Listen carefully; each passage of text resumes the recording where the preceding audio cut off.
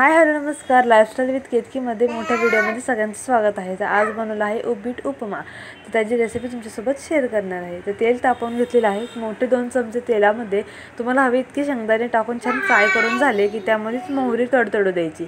मोहरी तडतडल्यानंतर कढीपत्ता टाकून घ्यायचा. कढीपत्ताही असं उडायला लागला की त्यामध्ये कांदा टाकून चांगला फ्राय करायचा.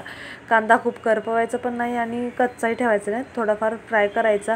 आणि त्यानंतर त्यामध्ये मिरची टाकून घ्यायची. आपल्याला मिरची टाकून झाल्यानंतर मी त्या मिरचीवर अर्धा लिंबू पिळून घेतलेला आहे. तुम्हाला आवडत असेल तर आत्ता पिळा, नाहीतर तुम्ही वरतूनही लिंबू पिळू शकता.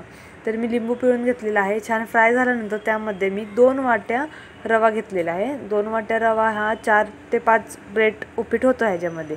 त्यामुळे मी 2 वाट्या रवा छान भाजून घेतलेला होता ऑलरेडी, तो टाकून घेतलेला आहे. छान मिक्स करायचं. एकसारखं रव्याला सगळं लागत नाही तोपर्यंत छान मिक्स करायचं. चवीनुसार मीठ टाकायचं. शक्यतो उपीटमध्ये थोडंसं मीठ कमीच टाकायचं, नाहीतर शेवटी उपीट खाताना खारटच लागतं. त्यामुळे थोडंसं कमीच टाकायचं अंदाजानुसार मीठ. आणि त्यानंतर इकडं गरम पाणी करायला ठेवायचं. ते पाणी गरम झालं की लगेच उपीटमध्ये टाकून घ्यायचं. तर पाणी किती टाकायचं, तर मी 4 वाट्या पाणी टाकलेलं आहे 2 वाट्या रव्यासाठी. तर 4 ते 4.5 वाटी पाणी लागतं. तर मी अंदाजे टाकलेला आहे, कारण मी आधी भरपूर वेळा उपीट केलेला आहे. तर तुम्हाला जर अंदाज नसेल तर तुम्ही मोजून मापून टाकू शकता. तर त्यामुळे छान पाणी मिक्स केल्यानंतर गाठी होऊन द्यायची नाही, त्याच्याकडं पूर्ण लक्ष द्यायचं. त्यानंतर छान सगळं मिक्स करायचा. छान घट्टसर असं उपीट होतं बारीक गॅसवर हलवल्यानंतर. सारखं एकसारखं मिक्स करायचं, नाही तर उपीट खाली लागू शकतं. तर हे झाल्यानंतर वरतून मी कोथिंबीर टाकून सर्व केलेलं आहे.